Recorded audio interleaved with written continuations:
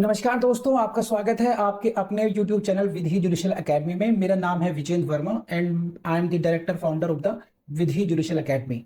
We provide coaching for the judicial services exams, and through this video we are trying to reach out you to provide you full professional exam oriented coaching for the judicial services, and that is free of cost. We are going to provide you the entire foundation course including all the books, including all the details, whether it is required for the prelims or mains or for the guidance for the interview.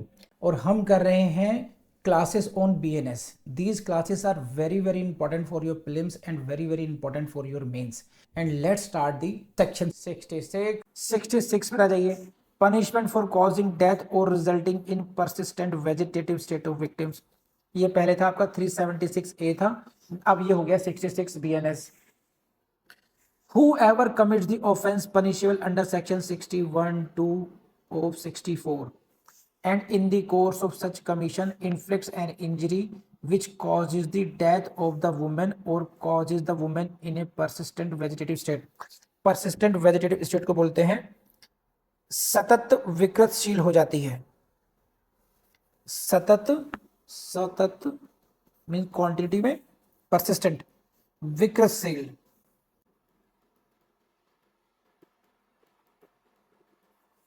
Vegetative state देखिए क्या है, अब ये कह रहे हैं 64। देखिए अब यहां पे समझिए 64 की whoever, यहां पे ध्यान थोड़ा सा देखिए, एज आई सेड यू, यहां से प्रीलिम्स में क्वेश्चन नहीं पूछेगा, सॉरी मेंस में क्वेश्चन नहीं पूछेंगे। अब सारे क्वेश्चन 66 से या 65 से जो बनेंगे वो प्रीलिम्स के में बनेंगे सब ये। तो हमने उसी एंगल से समझने की जरूरत है कि क्या हुआ ये। इन्होंने क्या कहा, whoever commits an offense punishable under subsection 1 or subsection 2 of 64, ठीक, subsection 1 और 2 of 64। 64(2) में क्या आया था, वही आया था जो हॉस्पिटल का है, पब्लिक सर्वेंट, पुलिस, ये सारा आ गया। और सबसेक्शन 1 में पनिशमेंट किसका है, वो जनरल क्लॉज है। जनरल पनिशमेंट मतलब एवरी, जिसमें हर रेप की डेफिनेशन आ जाती है।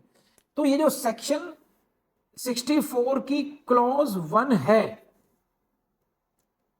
That includes everything. ये ध्यान रखना, ये जितने भी केसेस हैं, वेदर इट इज 64 क्लॉज 2, नहीं समझे आप, देखिए देखो बब्बा, इसको समझिए। 64 क्लॉज 1 को पढ़ते हैं अपन लोग जरा। ये देखिए, whoever commits rape except in cases provided in subsection 2 shall be punished with rigorous imprisonment not less than 10 years or also fine और लाइफ भी हो सकती है। इसकी बात नहीं, बेसिक बात अभी जो कर रहे हैं हम लोग यहां पर क्या है, whoever commits rape, जो कोई भी रेप करता है, 64 क्लॉज 2 को छोड़ दीजिए आप, एक्सेप्ट इन, इसको छोड़ दे। चलिए इसमें कौन कौन आ जाता है, इसमें public servant, police, armed forces, management, वो सारे स्पेशल केसेस आ गए यहाँ पर ये। लेकिन whoever commits रेप में सब कुछ इंक्लूड हो जाता है, कोई सा भी रेप हो, समझ रहे आप। तो इसीलिए इन्होंने यहां पर जो 66 में लिखा हुआ है कि इन्होंने 65 को क्यों नहीं लिया। एक क्वेश्चन यहां पर ये हो सकता है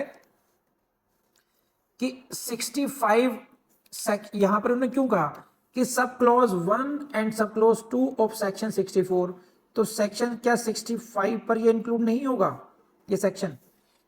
whoever commits offense punishable under this and in the course of such commission inflicts an injury which causes death of the woman or causes woman in a persistent vegetative state। जो कोई भी rape करता है और उस rape करते समय उसकी अगर महिला की मृत्यु हो जाती है या फिर वो उस तरीके से persistent vegetative state, एक्यूट कॉमासाइट वाले बोलते हैं, जहां पर अंगों को बहुत पूरी तरीके से जख्मी कर दिया जाता है। persistent मतलब लगातार उसको विकृत होता रहे, उसके जैसे निर्भय वाला केस हो, निर्भय वाले केस को persistent vegetative state बोलते हैं। अब ऐसे केस में आप कह सकते हैं कि सर जो 65 की है, 65 में 2 क्लॉज हैं, अंडर 16 हो गया, अंडर 12 हो गया, तो क्या इनको क्यों नहीं, क्या वो इसमें इंक्लूड नहीं होने चाहिए। वो ऑलरेडी 64 क्लॉज 1 में इंक्लूड हो जाएंगी। रेप तो रेप ही माना जाएगा, वो तो स्पेशल केसेस 65 क्लॉज 1 एंड 2 को जो 65 क्लॉज 1 की हेडिंग पढ़ लीजिए, आपको समझ में आएगी चीज। 65 क्लॉज 1, इन सर्टेन केसेस, तो पनिशमेंट की अलग से व्यवस्था की गई है, उनमें पनिशमेंट की अलग से व्यवस्था की गई है कि हायर पनिशमेंट की बात सोच सके। लेकिन ऑफेंस तो रेप का हो गया है, जो 64 क्लॉज 1 में वैसे भी दंडनीय होगा ही होगा। तो every offence can be considered to be punishable at least under section 64 clause 1। That for the other cases 64 clause 2 ये अलग से स्पेशल केस हो गया, 65 की क्लॉज 1 क्लॉज 2 ये अलग से स्पेशल केसेस हो गए, वो बात अलग हो गई। इसलिए इन्होंने कहा, इन्होंने शब्द का यूज किया है only these two subsections, subsection 1 and subsection 2 of section 64। Please let me know ये बात समझ में आई है नहीं है आपको, है ना। और क्या हो जाता, रेप किया, उसी में डेथ हो गई, कॉन्सिक्वेंस डेथ का निकला या फिर पर्सन वेस्टेड स्टेट का हुआ, तब क्या होगा, तब पनिशमेंट जो है नॉट लेस देन 20 ईयर्स हो जाएगा रिग्रेसिव पनिशमेंट, या लाइफ का हो जाएगा या डेथ का भी हो सकता है वैसे। तो ऐसी स्थिति में व्हाट आई विल से कि आप लोग टेबल बना लीजिए, सेक्शन इधर लेफ्ट में लिखिए सेक्शन नंबर या सब सेक्शन, और उसके सामने लिखिएगा पनिशमेंट, या ऐसे लिख लीजिएगा अलग अलग कि क्या कौन कौन से ऐसे ऑफेंसेस हैं जिसमें नॉट लेस देन 20 ईयर्स है, कौन कौन से ऐसे ऑफेंसेस है जहां पर डेथ पेनल्टी भी है, क्योंकि यहां से पनिशमेंट से क्वेश्चन पूछा जाएगा आपसे। Punishment is very important in these sections. कर लेंगे आप लोग अभी, please let me know technicality समझ आई नहीं आई जो मैंने समझाया आपको। तो दोस्तों मुझे पूरी उम्मीद है कि आपको वीडियो बहुत पसंद आया होगा, एंड मैं आपको सजेस्ट करूंगा कि हमारे जो आपका जो अपना चैनल है विधि विशुल एकेडमी, इसकी प्लेलिस्ट को जरूर देखते रहिएगा, क्योंकि हम लोग लगातार लगभग सभी सब्जेक्ट्स को अपडेट कर रहे हैं, नए नए वीडियोस अपलोड कर रहे हैं वहाँ पर ये। और मेरा पूरा मिशन मेरा यही है कि किसी भी स्टूडेंट को अब इस लेवल के एग्जाम के लिए, वेदर जुडिशरी का हो, एपीओ का हो, या कोई सा भी लॉ बेस्ड एग्जाम हो, उसके लिए किसी को भी कहीं पर भी एक भी पैसा कोचिंग में खर्च नहीं करना पड़े। With this promise and with this wish, thank you very much.